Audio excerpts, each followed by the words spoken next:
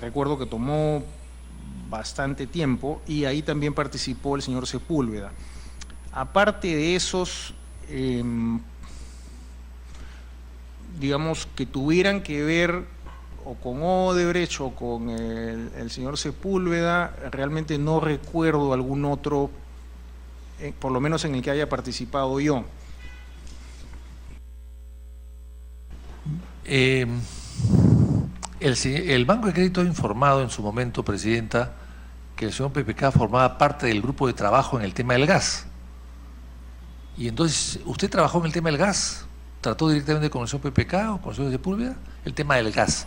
Pues el Banco de Crédito ha dicho que sí, que el señor PPK formaba parte de ese grupo de trabajo en el tema del gas. ¿Qué puede usted decir al respecto?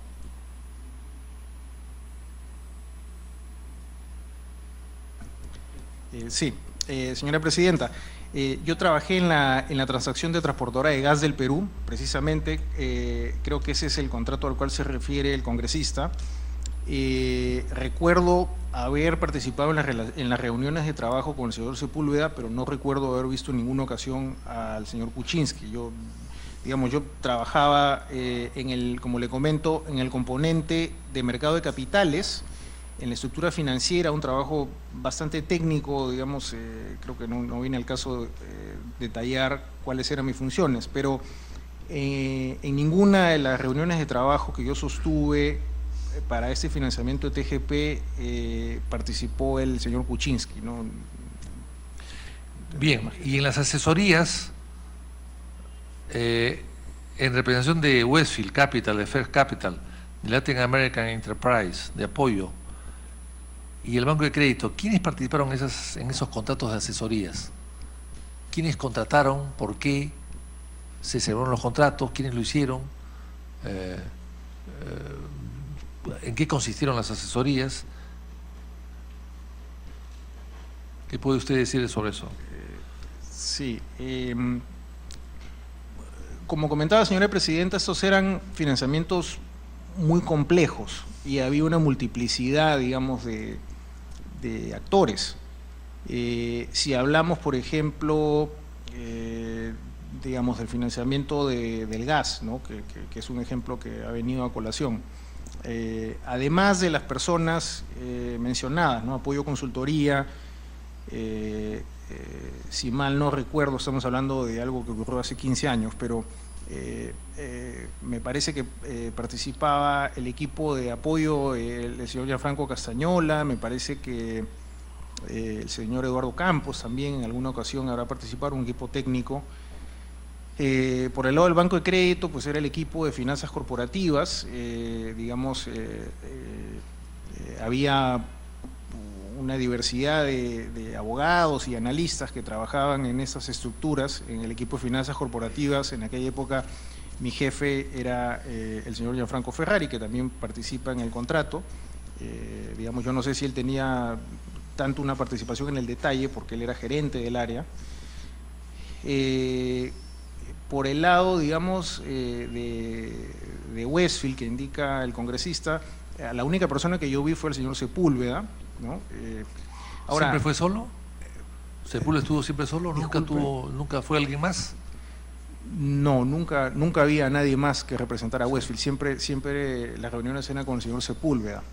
Ahora, de nuevo, era un trabajo bastante extenso, ¿no? Quizá voy a tratar de ser lo más breve posible, pero esos financiamientos suelen ser muy complejos. En el caso del financiamiento de TGP, había varios financistas, no solamente era una emisión de bonos en el mercado de capitales, sino también se estaba estructurando un crédito bancario que era liderado por la Corporación Andina de Fomento, que participó en ese financiamiento.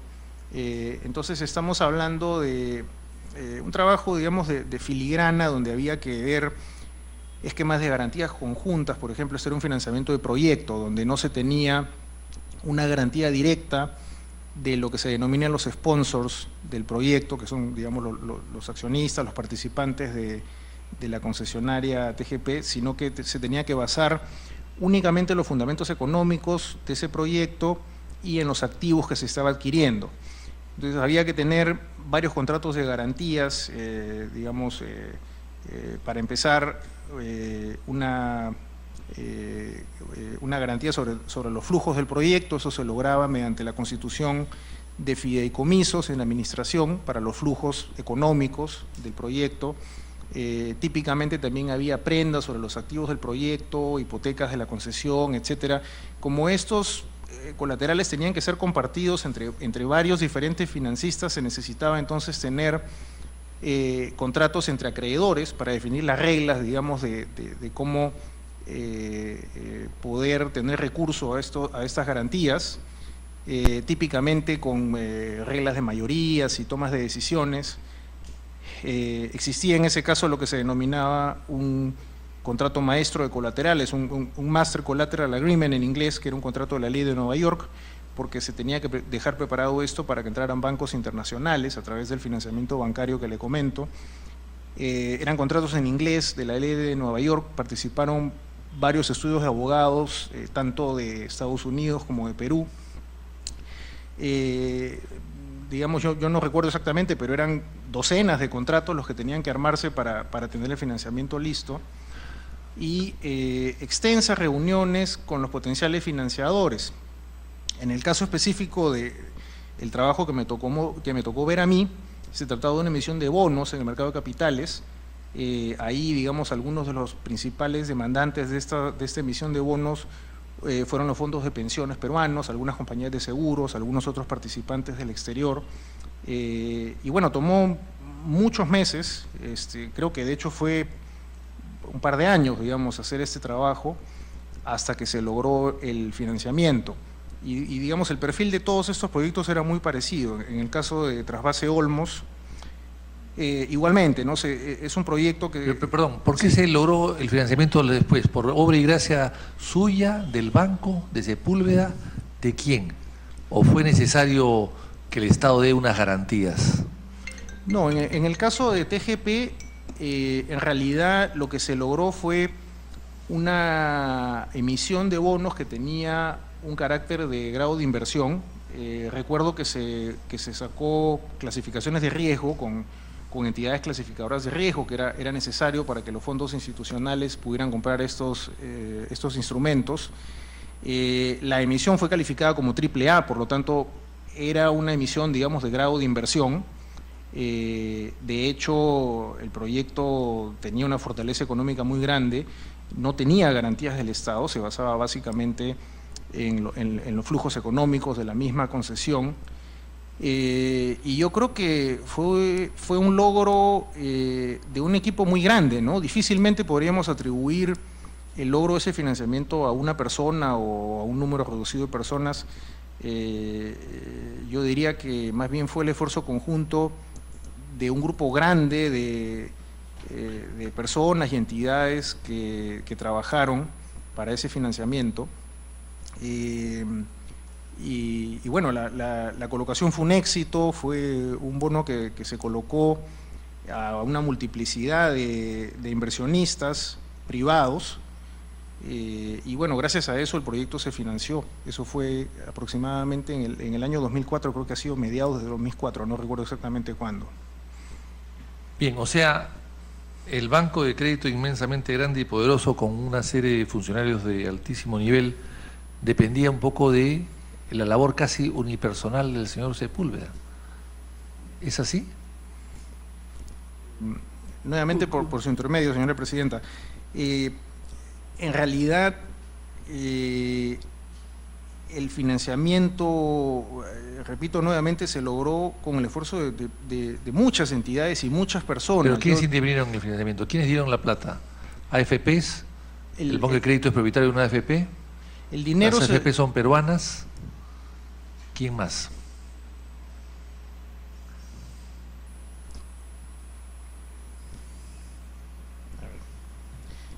O sea, el Banco de Crédito necesita a Sepúlveda para obtener dinero de prima, por ejemplo, que es el mismo grupo. Ya, sí, perdón, solamente para tratar de aclarar un poco más las cosas, ser más claro. en estos proyectos no era el banco el que ponía el dinero, o no necesariamente. Algunas veces el banco participaba como financiador, otras veces no, algunas veces incluso áreas de inversión del banco podían evaluar o no si decidían adquirir alguna parte de estos bonos. Los bonos acabaron en las manos de inversionistas institucionales, ¿no? Yo podría citar, por ejemplo, el caso de las AFPs peruanas, podría citar, por ejemplo, el caso de los fondos mutuos de inversión, podría citar el caso de compañías de seguros. Sí, pero todas esas son peruanas, o sea, ustedes buscaban a un ciudadano chileno para colocar bonos en el mercado peruano, a empresas peruanas vinculadas al banco de crédito, además algunas de ellas. Un poco raro, ¿no? De nuevo, las razones por las cuales el banco de crédito decidió contratar, no contratar, digamos, pero actuar de manera conjunta con el señor Sepúlveda, quizá, digamos, sería bueno preguntarlas al banco. Yo difícilmente puedo decir que tengo representación, yo era un simple empleado en aquella época, pero también me gustaría decir que digamos, el conocimiento específico del financiamiento de proyectos es algo que es bastante escaso. En aquella época, estamos hablando del año 2004, ¿no es cierto?, no había experiencias en el mercado peruano de financiamiento de proyectos, ¿no? Más aún proyectos greenfield, como es el caso, proyectos en donde no hay una operación existente que quiere apalancarse, sino que no existía el negocio previamente, básicamente había que construir el activo y ponerlo en operación comercial. Entonces, en ese momento en el Perú no existía este conocimiento, el financiamiento de proyectos era algo que los mismos inversionistas institucionales miraban con mucha cautela. No había existido antes estas experiencias, entonces era difícil obtener, número uno, el grado de inversión, que en este caso se logró, y también convencer a los inversionistas que no necesariamente tenían la experiencia y el conocimiento suficiente para evaluar ese tipo de inversiones. Entonces, ahí yo diría que se necesitaba pues una masa crítica de diferentes conocimientos y puntos de vista y, digamos, esfuerzos individuales que se sumaban todos en conjunto para lograr estos financiamientos. De nuevo, yo más bien pensaría que ninguno de estos financiamientos hubiera podido descansar en una sola persona. Me parece más bien que se trataba de esfuerzos de una multiplicidad de entidades y de inversionistas, etcétera. Bien, dígame una cosa, ¿cómo cobraron las asesorías? ¿Cuánto se repartieron las asesorías? ¿Cuánto le tocó al Banco de Crédito? ¿Cuánto le tocó a Westfield, a Sphere Capital, a Apoyo? ¿Cómo se dividieron los porcentajes de ganancias?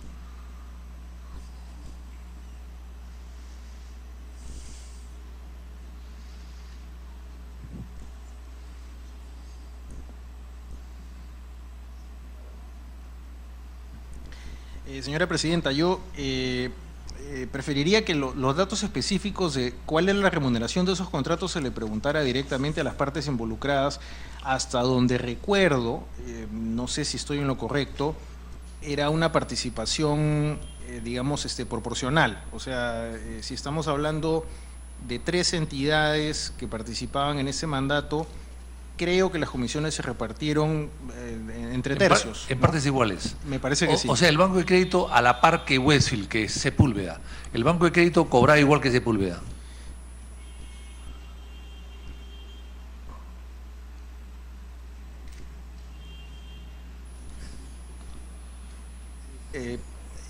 Yo me siento un poco temeroso de responderle porque la verdad es que no lo sé a ciencia cierta, pero creo que era una repartición paritaria. Yo no trabajaba en el área de contabilidad, digamos, nosotros hacíamos las labores técnicas y otra área emitía la factura y se hacía la cobranza, pero digamos, sin que yo le pueda decir con certeza al 100%, creo que eran partes proporcionales, iguales, bien, paritarias. Bien, diga usted, ¿qué motivó que Westfield Capital fuese reemplazada por Sphere Capital? ¿Por qué fue reemplazada? ¿Cuál fue el motivo? y que finalmente Fair Capital es la que cobra por la colocación de los bonos más de $1 millón. O sea, justamente cuando van a cobrar la comisión de $1 millón, sale Westfield e ingresa a Fair Capital. Estoy hablando del trasvase de Olmos, ¿no? Estoy hablando de la operación de Olmos.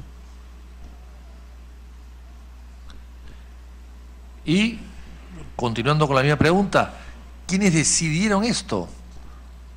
¿Cómo lo tomó el banco? ¿Lo aceptó, no lo aceptó? ¿O lo promovió?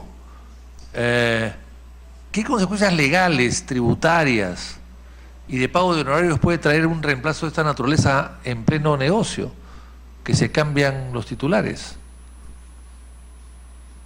Sí, antes que responda el invitado, damos la bienvenida a la congresista Karina Beteta Rubín y al congresista Humberto Morales Ramírez. Señora Presidenta, por su intermedio, yo creo que la pregunta me supera. Yo, digamos, era empleado del área de finanzas corporativas y mi trabajo era técnico.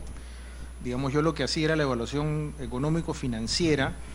Las motivaciones, digamos, de participaciones contractuales de los diversos actores es algo realmente que yo no manejaba. Digamos, estos documentos venían ya revisados por el área legal. Yo, honestamente, no sabría responder esa pregunta, habría que preguntarle al banco de crédito. Yo no estaba al nivel donde se tomaban esas decisiones. Bien. ¿Qué personas, si usted recuerda, del gobierno de entonces se reunieron con ustedes y ustedes con esas personas para que el Estado pueda garantizar la emisión de bonos por el trasvase de Olmos y luego el tema del gas? ¿Qué personas hablaron con el gobierno o viceversa?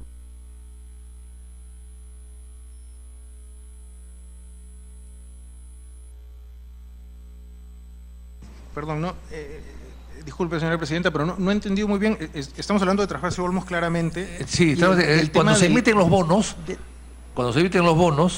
para el trasvase de Olmos, evidentemente hay una coordinación con el Estado, porque el Estado los garantizó, ¿no es cierto? El Estado sacó una norma, el señor Kuczynski firmó una norma de una garantía, ¿no? De $401 millones, recordará, ¿no? Entonces, ¿qué coordinación tuvieron entre el gobierno y el banco, ¿no? El banco para poder agilizar estas cosas y poder emitir los bonos? Porque claro, hubo también unas gestiones dentro del gobierno para poder garantizar los bonos.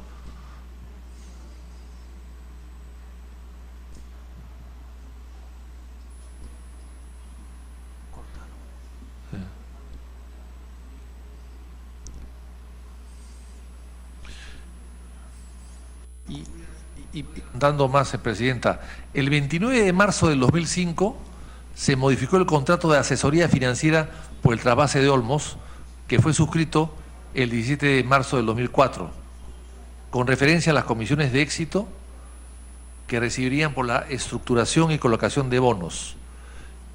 Esta modificación, bueno, se hizo cuando el señor Kuczynski era ministro de Estado. Y entonces, ¿quién estuvo haciendo las gestiones? ¿Quién visitó? ¿Qué personas, con qué personas se reunieron para la colocación de los bonos, para las garantías, para las comisiones de éxito, etcétera? Con respecto a la primera pregunta, señora Presidenta, el banco entra a asesorar en ese financiamiento cuando ya existía un contrato de concesión para trasvase Olmos. Ahí la entidad concedente era el gobierno regional de Lambayeque, con la garantía del Estado peruano. Entonces el contrato de concesión ya preveía que se tenía, digamos, el respaldo del Estado, ¿no? Estamos hablando del año 2004. En esa época el Perú no era grado de inversión, tenía una clasificación crediticia internacional W-, y por lo tanto no era la situación que vivimos hoy. Digamos, el Estado peruano no era necesariamente sujeto de crédito para ese tipo digamos, de respaldos a proyectos. Y el gobierno regional de Lambayeque, perdón, que era, digamos, el concedente y el garante primario de esta operación, tampoco era sujeto de crédito. Entonces el contrato ya venía con esta garantía del Estado peruano. Según recuerdo, la garantía que tenía ese contrato de concesión, que no recordaba el número, pero si son $400 millones seguramente, está basada no en el respaldo de los bonos en sí frente a los inversionistas, sino que lo que respaldaba esa garantía era que efectivamente el gobierno iba a pagar a la concesionaria la remuneración por el agua, ¿no? Es decir, el contrato de concesión ya preveía y digamos la garantía del gobierno, la garantía soberana materializaba eso en el hecho de que el gobierno se hacía responsable de pagar al concesionario por el agua. El gobierno no respaldaba la emisión de bonos, no la respaldaba. Ahora, esto, digamos, como le perdón, si me permite, congresista García Belaúnde, ¿usted se está refiriendo al instrumento normativo contenido en el Decreto Supremo 014/2006, el que garantiza, el que decreta que hay garantía soberana por 401.331.000 dólares americanos y que además decreta una garantía de riesgo parcial de 28 millones de dólares americanos? ¿A ese instrumento normativo se refiere? ¿Este es el que dice que el gobierno no garantizó? No, perdóneme. Yo lo que digo es que, y ese es el instrumento, probablemente no recordaba exactamente el decreto supremo y la fecha. Ahora, ese decreto supremo lo que garantiza nuevamente es el pago del agua, ¿no? La emisión de bonos en realidad era por un monto menor. La emisión de bonos fue por 100 millones de dólares. Además de eso había un financiamiento de la Corporación Andina de Fomento, si mal no recuerdo, por 50 millones de dólares adicionales. Entonces, el gobierno no garantizaba directamente la emisión de bonos. El gobierno lo que garantizaba era que se le iba a pagar al concesionario por el agua. Entonces, eso a su vez garantizaba entonces que se iba a tener los ingresos suficientes para pagarle a los acreedores. Entonces, los 400 millones de dólares son la suma aritmética, digamos, del pago anual que tenía que tener este proyecto durante todos los años de concesión. No respaldaban directamente la emisión de bonos, sino respaldaban que el gobierno efectivamente le iba a pagar a lo largo de todos los años de concesión al concesionario. Efectivamente, eso es así, y de hecho que lo vamos a discutir al momento que me toque hacer el uso de la palabra. Sin embargo, yo quisiera, señor Milla, que en este acto se reafirme usted en que este año que se da este decreto supremo y que firman el contrato, y se da este instrumento normativo para garantizar esa emisión y colocación de bonos por el agua, como usted dice, ¿es verdad que el Estado peruano en el año 2004 no era sujeto de crédito? Porque usted está diciendo que esto se dio porque el Estado peruano no era sujeto de crédito. ¿En el año 2004 nosotros como Estado no éramos sujeto de crédito? En realidad no lo digo yo, señora presidenta, sino es simplemente cuestión de ver cuáles eran las calificaciones crediticias que tenía el gobierno del Perú y qué tan factible era financiar ese tipo de estructuras con, digamos, con la garantía indirecta, digamos, un respaldo último, si se quiere, de estos proyectos. Y en la práctica, digamos, podríamos decir que es una apreciación subjetiva mía, pero en la práctica lo que ocurría es que era muy difícil lograr estos financiamientos y de hecho el mandato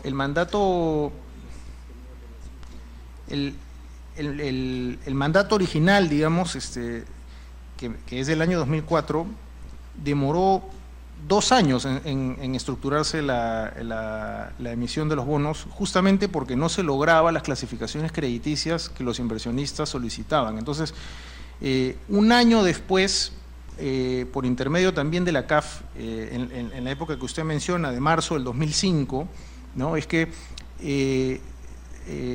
la CAF decide participar otorgando estas garantías de crédito parcial, que era, digamos, las entidades multilaterales tienen esa facultad de que cuando un proyecto no logra tener el nivel crediticio que el mercado necesita, la multilateral puede poner una garantía propia para respaldar parcialmente los valores, de manera que los inversionistas se sienten un poco más seguros. Entonces, en ese momento, la CAF ingresó con esta idea de poner una garantía de crédito parcial, donde básicamente, si en algún momento el gobierno incumplía, hipotéticamente, ¿no es cierto?, con el compromiso de pagar el agua, entonces la CAF usaba fondos propios para pagarle a los inversionistas lo que se necesitara para completar el pago de cada momento en el tiempo. Esos son bonos que se emitieron a casi 20 años, si mal no recuerdo. Entonces, esto funcionaba de manera tal que el inversionista ya no solamente tenía el proyecto en sí como garante, sino que parcialmente tenía la garantía de una multilateral. La Corporación Andina de Fomento es una entidad con un nivel crediticio muy alto. Y a su vez, esta garantía que se le otorgaba a los bonos, la CAF obviamente tenía que subrogarse porque estaba haciendo un pago, digamos, que le hubiera correspondido hacer al gobierno, ¿no? Todo esto es hipotético porque en la práctica pues eran simplemente estructuras financieras que se usaban para darle seguridad a los inversionistas. Si es que la CAF en algún momento ejercía esta garantía y tenía que pagarle algo a los inversionistas, entonces se subrogaba en la deuda y tenía que repetir contra el gobierno, que era el que tenía que haber pagado originalmente. Entonces los 28 millones de dólares que hace usted mención en el instrumento que acaba de mencionar, son precisamente eso, son el compromiso que se asume con la Corporación Andina de Fomento, que si la Corporación Andina de Fomento de sus propios recursos tenía en algún momento que honrar estos pagos por incumplimiento del gobierno, entonces el gobierno pasaba a deberle esos montos a la CAF. Y eso fue lo que permitió que se lograra el nivel de clasificación de riesgo necesaria. Gracias a eso se logró la clasificación AAA, que es la que hizo que los inversionistas institucionales decidieran comprar ese papel. Y eso tomó un periodo bastante largo, según recuerdo fueron como 2 años hasta que se logró la clasificación crediticia y fue en ese momento que se logró la colocación. Sí, congresista García Belaúnde, si me permite, por favor. Señor Milla, debe haber sido complicadísimo hacer esta estructuración financiera, ¿no? Me imagino, debe haber sido tan complicado si el gobierno saca un decreto supremo que lo garantiza por 4 veces su valor y además está la CAF, que en caso que el gobierno no pague, entra la CAF. Debe haber sido muy complicado realmente hacer esa estructuración financiera, ¿no? Pienso, digo, con relación a otros que tienen que buscar la garantía, que tienen que buscar prendas, así como usted mismo lo está describiendo.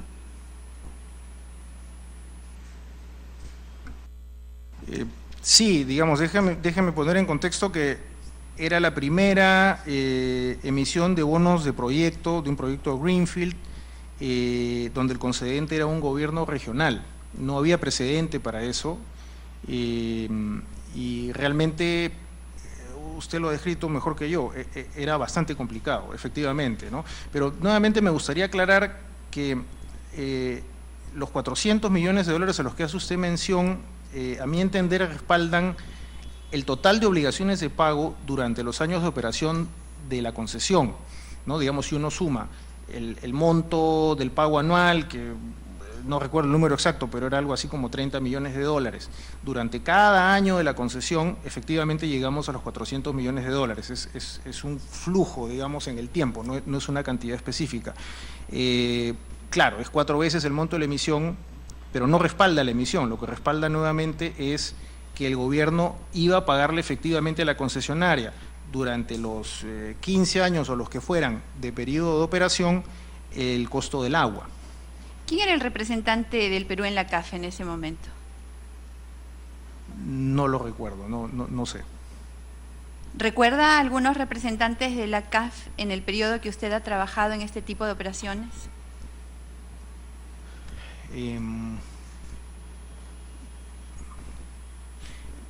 Digamos, había claramente un oficial de créditos con el que se conversaba, Yo en ese momento no lo recuerdo, pero le puedo hacer memoria y responderles por escrito más adelante. En ese minuto realmente no lo recuerdo.